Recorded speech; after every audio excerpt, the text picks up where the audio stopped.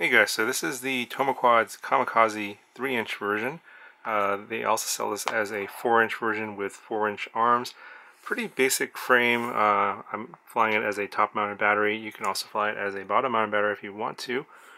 This kind of reminds me of maybe like a Floss 2, like a 3-inch Floss 2.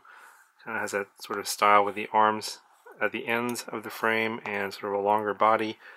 In this particular case, I built this with the DYS 1404, 6000 kV motors, and I'm running the GemFan 3035 3-bladed props, 20 amp 401 ESC. This is the King Kong stack, using the 2-layer version with the flight controller and the 20 amp ESC. It's an F4 flight controller with the Omnibus Betaflight OSD, and then we have an Omway power switchable video transmitter. I think it goes up to 200 milliwatts. Pretty basic parts here.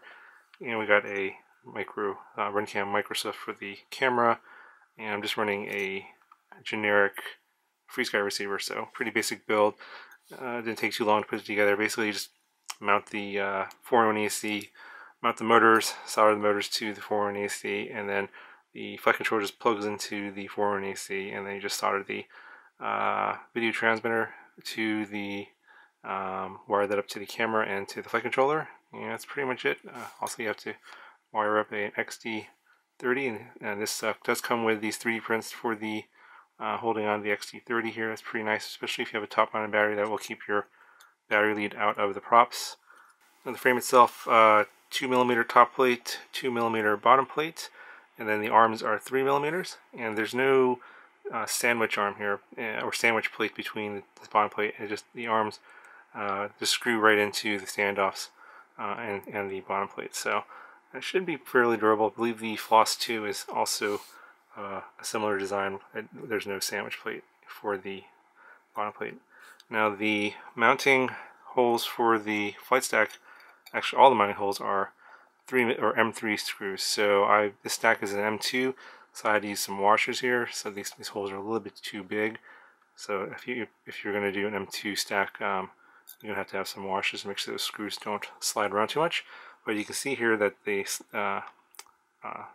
there's a slot here for the flight stack, so you can actually slide the stack back and forth if you want to have, say for example, more camera tilt, more angle. You can push this back a little bit more. I probably could have pushed it back some more, but you can see my camera connector is kind of butted up against the flight controller there. Okay, so here's the weight of my build. It comes in at about 109 grams. So again, this is another one of my newer builds with these sort of pancake motors, the 1404 6000 kV. I decided to go with the bigger kV and fly it on 3S, so you guys could compare it to the other previous video on the SpinTech Race 1, where I'm using the RCX 1304 motors. These are the 5000 kV, and I was running this on 4S on the same props. So basically on 3S at 6000 kV, the top end RPM is going to be a little bit less than on this one here with the 1304 motors, but these 1404 motors should have a little bit more torque. So it's basically a little bit more torque, about the same, well actually a little bit less top end than these 1304 5000 kV motors. So if you guys are curious and are following along on these new motors, you guys can watch this video and compare the flight demos and see if you can notice much of a difference. There's a difference in the weight. This 1304 build is lighter because the motors are lighter.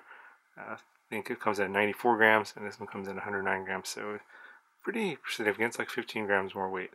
Now in terms of the tune, I didn't do any tuning at all. So it was just Betaflight 331, and I did flash the latest BLHeli S 16.7 on the ESCs, and I'm just running the stock default PIDs. So you'll see that it flies pretty nicely on the stock default PIDs. So no tuning was needed if you're at least doing the top mounted battery, and I was flying with a 3S 550. I might do a 4S flight maybe down the road. I'm not sure if these 6000 kV motors can handle it. Now in 3S, the motors were totally fine. They were cool. There was no vibrations or oscillations. I wasn't really sure if these will handle 4S. Now I know that the 4300 kV will definitely handle 4S, but this one on a 3-inch might be a little too much. I think on this motor, say on a 2.5-inch prop on 4S will probably be just fine, but I'll have to look into that for a future video. Anyway guys, I'm going to go ahead and show you some flight demo footage of this guy. Flies really nice. If you guys have any questions, let me know, and I'll talk to you guys in the next one.